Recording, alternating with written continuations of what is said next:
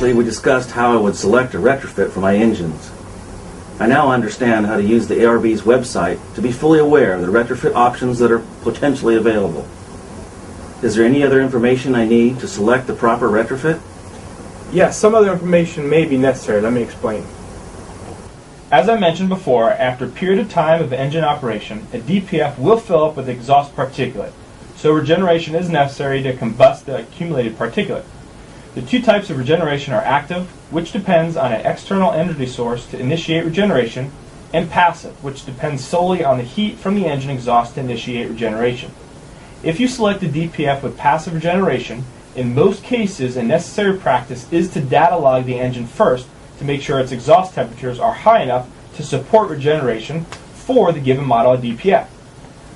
So simply put, data logging involves a recording of exhaust temperature data on your engine, while operating during its normal duty cycle to confirm it meets the minimum temperature requirements for the DPF.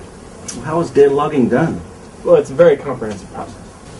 When the retrofit installer visits your facility, you should expect they will perform several tasks. First, they should examine several of the engines that would be data logged to confirm the engine make, model year, and the engine family names.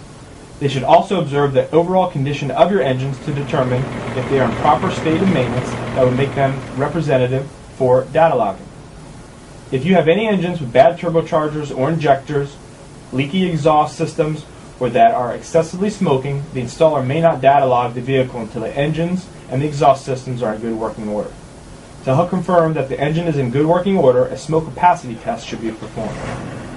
The retrofit installer should inquire of you as to whether the engines to be data logged will be operating in their normal routes or duty cycles for a few days during the logging process.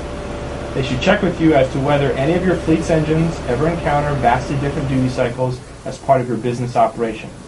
For example, the engines may just be idling all day long on one day, and the next day may be driven on the freeways.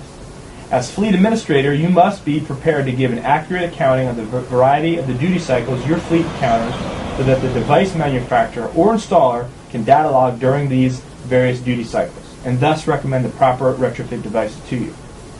The installer should ask you how many hours your engines are not in operation each day. Some particulate filter systems require offline regeneration.